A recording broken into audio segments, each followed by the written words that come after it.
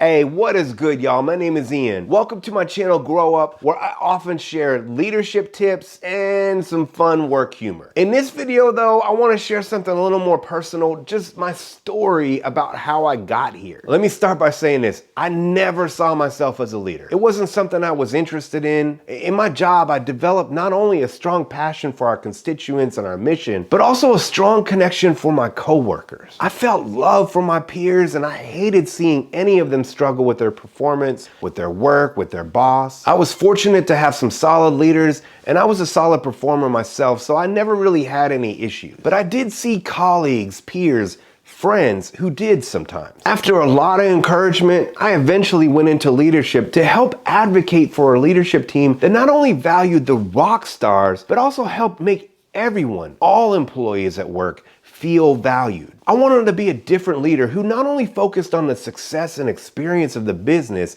and our constituents, but also our staff. After all, these were my people. And like most supervisors, managers, leaders, I was promoted for doing a good job at my current work, but really had no leadership experience. Fortunately for me, my employer valued leadership development and provided me training. It wasn't all at once, but it was routine. Additionally, the large department I was a part of also was invested in performance management with both quality and productivity controls. So I developed as a leader in a highly supportive management system. I recognize now I was lucky. I've come to learn that this, unfortunately, is not the norm out there. I'll be honest, it took some time for the training I received to really click, to make sense. In the beginning, I was focused on being an advocate for my people, the frontline staff who I was a part of for so long. I had various light bulb aha moments, but when I could see how applying these ideas could help someone improve, be successful, feel encouraged, and believe in themselves to do more, well,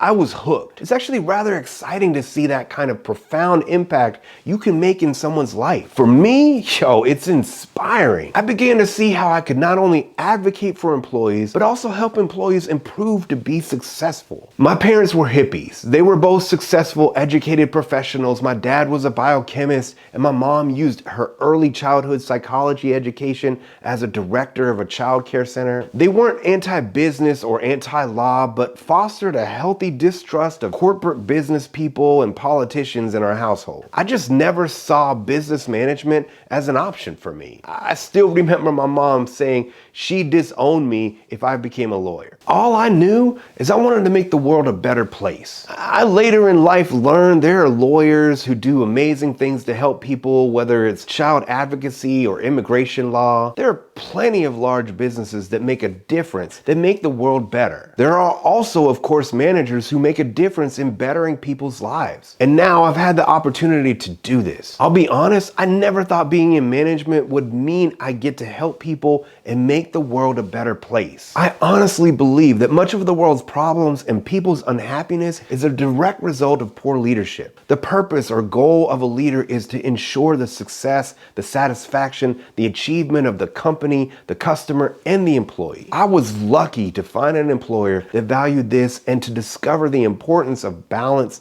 of customer, employee, and business before ever even moving into a leadership role. So many studies show that happy employees make happy customers that in turn make successful, profitable companies. If I could do it over again, I would love to be involved in conducting these types of studies. I would have gone to school for behavioral sciences or sociology. I'm so inspired and grateful for the behavioral science and organizational psychology greats who are researching leadership and management and uncovering amazing ideas and results. What's fascinating is you have on the other side all these folks who continue to be hired and promoted into leadership. And even with so much leadership knowledge out there, most in management receive little to no actual training on how to be an effective people manager. There's this huge gap. That's honestly what I'm trying to fill. I believe anyone can learn to be an effective leader, and that improving leaders will greatly improve our world. That's my story and how I got here with Grow Up Leadership. I'm hoping I inspired you to think about growing your leadership potential. Please subscribe if you're feeling what I'm saying, and check out this next video,